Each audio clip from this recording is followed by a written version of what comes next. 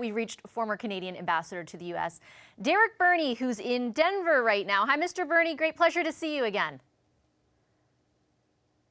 I'm actually nice to be with you.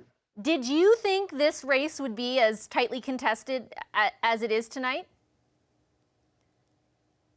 No, I actually believed in the polls, which now I think for the second time we've learned is not something you should do with an American election. I was sensing that Mr. Trump was making a bit of a comeback, but I thought it was going to be too late, too little, too late. And I actually think that the reason that your colleague Eric was giving about the mail-in votes being more determinant for the Democrats than the on-election day votes, that's just proof of the fact that Donald Trump's last 2 weeks of barnstorming campaigning may have had an effect on election day that the pollsters didn't catch. But the polls were revealing what was coming in terms of the mail-in ballots.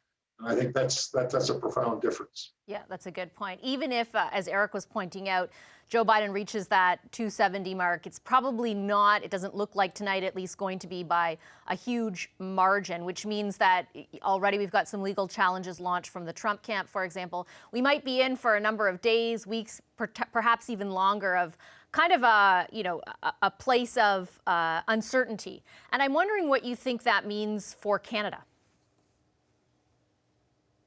Well, I think what the election reveals very significantly is that we have a sharply polarized country in the United States, almost divided right down the middle. I mean, this was not a Tweedledum, Tweedledee election.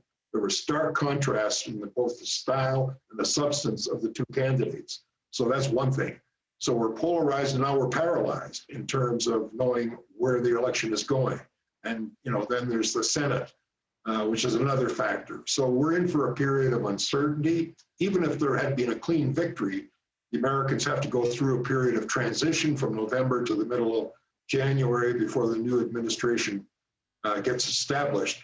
But that's going to be heightened by challenges or recounts or litigation of whatever kind that we're going to see in the next few days. So chronic uncertainty for the next few weeks, if not months, is going to be the order of the day in the United States, unfortunately. You've been on the inside of the Canadian federal government for a number of years. How does the Canadian feds, how do they sort of try and acclimate to that or deal with that, prepare for it? Is there any way to? Well, I think they have to prepare for either outcome, and I'm sure they did. And there are differences that they're going to be examining if it is Biden, as it looks more likely now than not. I mean, that will be very positive for the Canadian government in terms of its policies on the environment, on climate change. It will not be good news for Western Canada because of the position he's taking on oil and gas. So it's a mixed bag in terms of Biden. On global issues, I'm sure the Canadian assessment will be that Biden will be more conventional in style, if not in substance, on global issues than President Trump. But in terms of the most basic issue, the economy and recovery, economic recovery being as important as COVID, that's what I think this election in the United States reveals. I think I would have to give the edge to Donald Trump because the American economy did very well under Trump prior to COVID, and Canada is a beneficiary.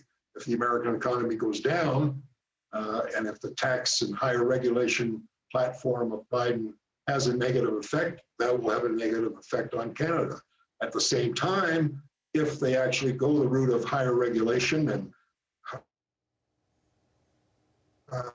stronger commitments on climate advantages that Canada now faces. So it's a bit of a mixed bag, but we have to deal with either consequence because after all, we don't get to vote in the American election.